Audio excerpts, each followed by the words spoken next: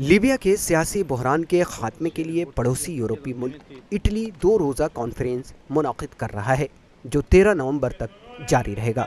Italy के Parly Ramu शहर में मुनाकिद होने वाली इस कॉन्फ्रेंस में इटली ने दीगर ममालिक के नुमाइंदों को मदऊ किया है, जिनमें मिस्र, ट्यूनिस, अलजायर, अमरीका, फ्रांस और यूरोपीय यूनियन शामिल हैं।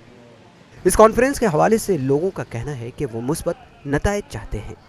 ما فيش ولا واحد من الشعب الليبي مستفيد على الارضيه. نبوا الشعب الليبي لوط عشان بيستفيد. اجتمعوا في ايطاليا، اجتمعوا في النمسا، اجتمعوا في سويسرا، اجتمعوا في تونس، اجتمعوا في الصخيرات.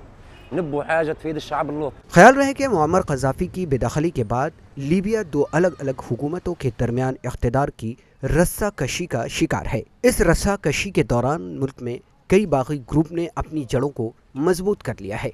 गैर कानूनी इमिग्रेशन, सदारती इंतखाबात, जंगबंदी के नफाज जैसे इस कॉन्फ्रेंस के एजेंडे के अहम नकात हैं।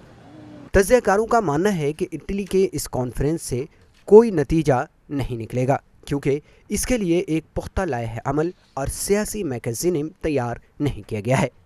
الحقيقة بالنسبة للاجتماع المنعقد يعني أو الذي بصدد عقده في باليرمو، هو الحقيقة لن يأتي في توقعاتي بمزيد من النتائج، باعتبار أنه لا يوجد يعني فيه التنظيم المطلوب. Bureau report, ETV Bharat.